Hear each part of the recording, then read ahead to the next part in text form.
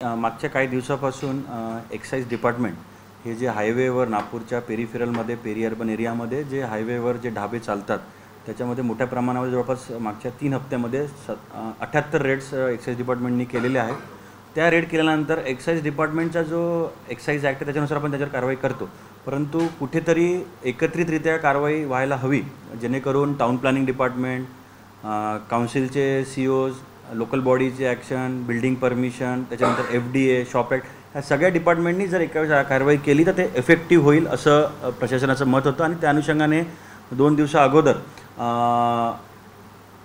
आमच्या कलेक्टर ऑफिसला excise SP, आपले SP, CP सरांचे प्रतिनिधी, फूड अँड ड्रग, शॉप ॲक्टवाले, जिल्हा परिषद CEO आणि सगळे नगर प्रशासन विभाग सगळ्यांचे कंबाईंड मीटिंग झाली आणि कंबाईंड असा ऑर्डर काढलेला आहे की जेव्हाही रेड झाल्यावर कंबाईंड व्हिजिट त्या याच्यावर होऊन जर त्या हॉटेलची किंवा ढाब्याची, इलिगल ढाब्यांची जर बिल्डिंग परमिशन असेल त्यांना अतिक्रमण काढण्याची कारवाई करण्यात येईल।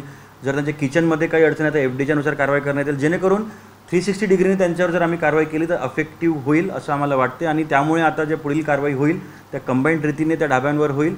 आणि सगळ्यात मोठा रिस्क हा आहे की आता नुकताच गडकरी साहेबांनी एक रोड सेफ्टीवर, झिरो फॅटॅलिटीवर मीटिंग घेतलेली होती, त्याच्यामध्ये ड्रंक अँड ड्राईव्हवरही आम्हाला कंट्रोल त्याच्यामध्ये करायचं आहे, जेणेकरून ढाब्यावर इलिगली दारू पिल्यावर वापस येताना अननेसेसरी त्यांचा ॲक्सिडेंट होऊन कोणाची एक बेकसूरची जीव जाता नको, त्यासाठी पण ही कारवाई आम्ही करणार आहे। त्यामुळे आपल्या माध्यमातून मी सगळ्यांना सूचना करतो जे हॉटेलमध्ये जाते की इलिगल कुठेच दारू कन्झ्युम करू नका, कारण हे आपल्याला पण ट्रबलमध्ये टाकू शकतं आणि त्या विकणाऱ्याला पण ट्रबलमध्ये टाकू शकतं। त्यामुळे ही कारवाई आता पुढचं आम्ही कंटिन्यूस 2-3 महिने याच्यावर कारवाई आम्ही स्ट्रिक्टली याच्यामध्ये करणार आहे।